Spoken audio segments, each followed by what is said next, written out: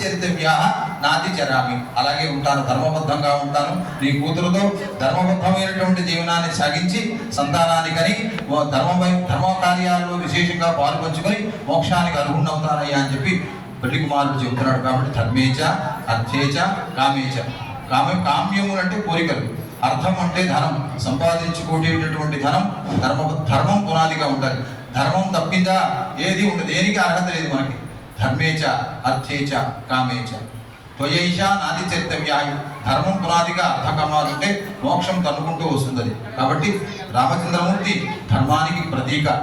ధర్మమూర్తి పూర్ణమైనటువంటి ధర్మస్వరూపమే వేదమే రామాయణంగా, ఆ రాముడే రామాయణంగా, రామాయణమే రాముడిగా, దశరథ వారి ఇంకా అలా అవతరించాడు మహానుభావుడు. శ్రీ మహావిష్ణువు అవతరించాడు. ఆయన అంటే అన్నింటిలోనూ ధర్మకార్యాలు. తండ్రి దగ్గర కొడుకు ఎలా ఉండాలో నిరూపించాడు ఆయన, తమ్ముడి దగ్గర అన్నగారు ఎలా ఉండాలో నిరూపించాడు. శ్రీ మహావిష్ణువు మానవుడిగా దిగి వచ్చి పూర్ణమైనటువంటి మానవుడు ఎలా ప్రవర్తించాలని చూపించి వెళ్ళిపోయాడు అంతే.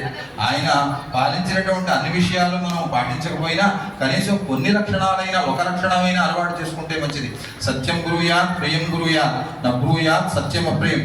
అది సత్యమైనప్పటికీ అసత్యాన్ని అది వాడికి బాధని కలిగించేటటువంటి సత్యం అయితే చెప్పేవాడు కాదుట. సత్యం గురుయాత్ ప్రియం గురుయాత్, ఎప్పుడు కూడా సత్యంగానే మాట్లాడేవాడు, ఇష్టంగానే మాట్లాడేవాడు, ఆనందంగా ఉండేటటువంటి మాటలే చెప్పేవాట. అది సత్యమైనప్పటికీ కూడా సంతోషాన్ని కలిగించలేదనుకోండి, ఆ సత్యాన్ని చెప్పేవాడు కాదుట. ఆయన ధర్మమూర్తి కాబట్టి అందరినీ ఆనందంగా ఉండించేవాడు.